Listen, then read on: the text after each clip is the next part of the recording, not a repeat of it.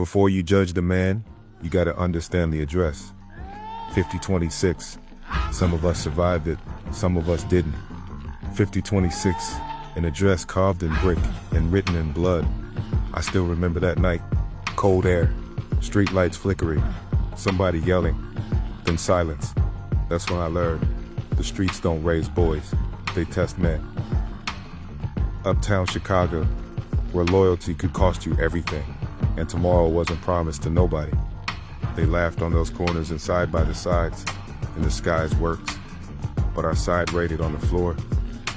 We laughed on those corners, we laughed on those bucks, but we buried too many names. This ain't just a story, this ain't just nostalgia, this is survival, this is 5026.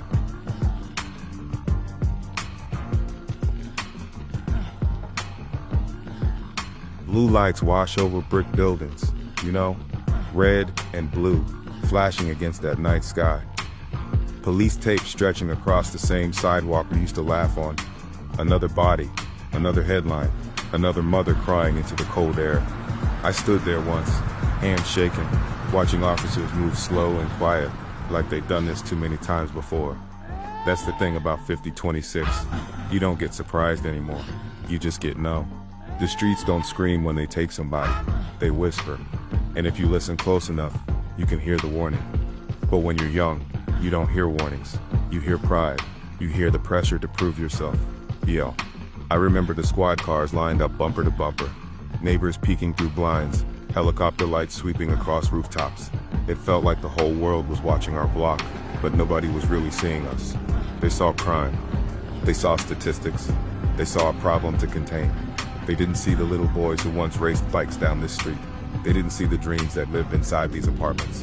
And every time the sirens faded, the silence got heavier. Because we all knew what came next. Retaliation.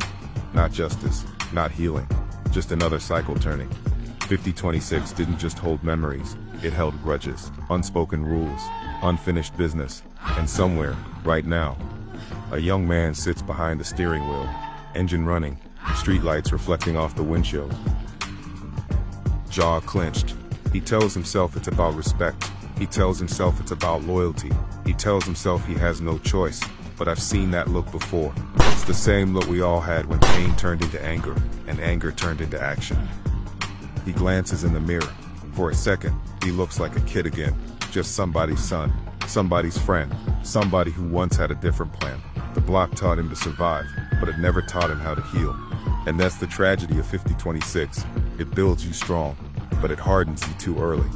The car rolls forward slowly, windows down, night air thick, music low in the background, something heavy, something emotional. He thinks about the names, the candles, the funerals.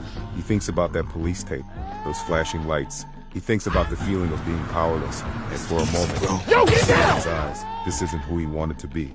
But 5026 isn't just a place, it's a crossroads. You can let it define you, or you can decide who you become in spite of it.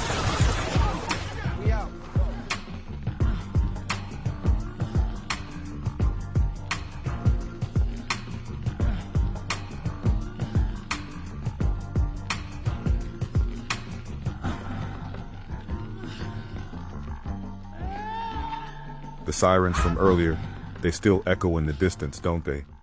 Like a warning, like a memory, just repeating itself. The young man, he grips that wheel tighter. And right before the screen fades, you don't see violence.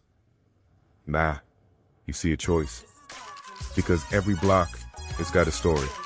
Every address, it carries a legacy. And every young man standing on that corner, he's got a moment where everything can change. 5026, some survived it, some didn't, and some, well, they're still deciding.